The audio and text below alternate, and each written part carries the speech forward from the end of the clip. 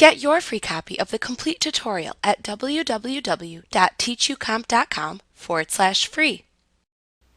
Image galleries can be created in CSS using the div element. You will be using the class property and values that correspond with your HTML code.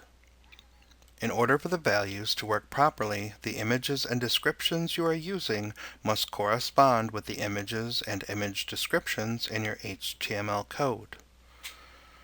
For instance, any images you want to display in a gallery need to have the same div class, in this case img, and any descriptions need to be in the same div class, in this case desc. Spelling in case is extremely important because the labels have to match exactly in both your HTML code and your styling code. Only the images and descriptions that are in the labeled div tags on your HTML code will be displayed in a gallery.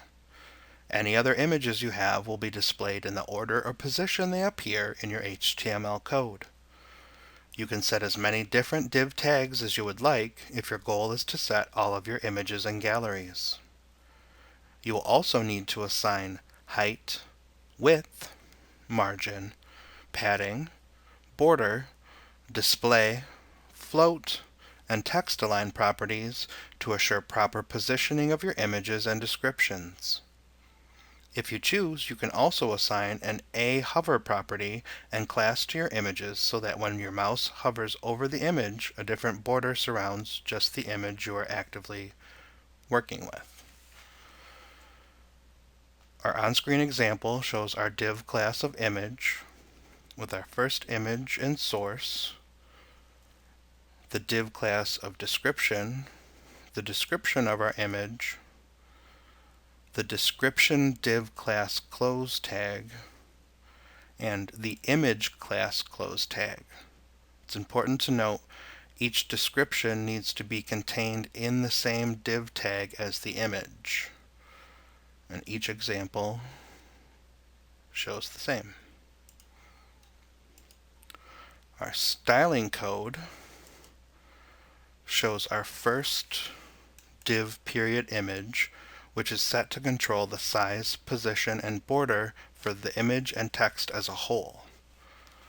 So we've got our margin property, 5 pixels, padding set to 5 pixels, border set for 1 pixel solid and in the color blue, a height of automatic and a width of automatic,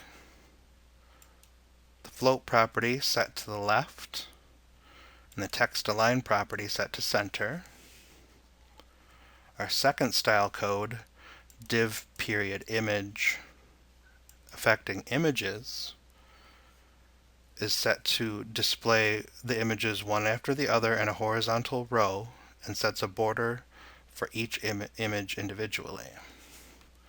Display of inline, which controls the pictures showing next to each other in a row, a 5 pixel margin, and a border of 1 pixel in solid red.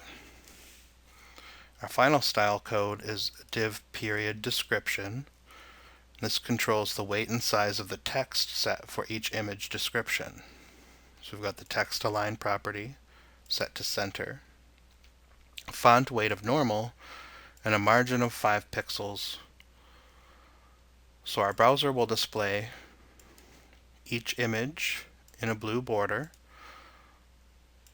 with the description of each image centered and each image inside the blue border in a red border of its own.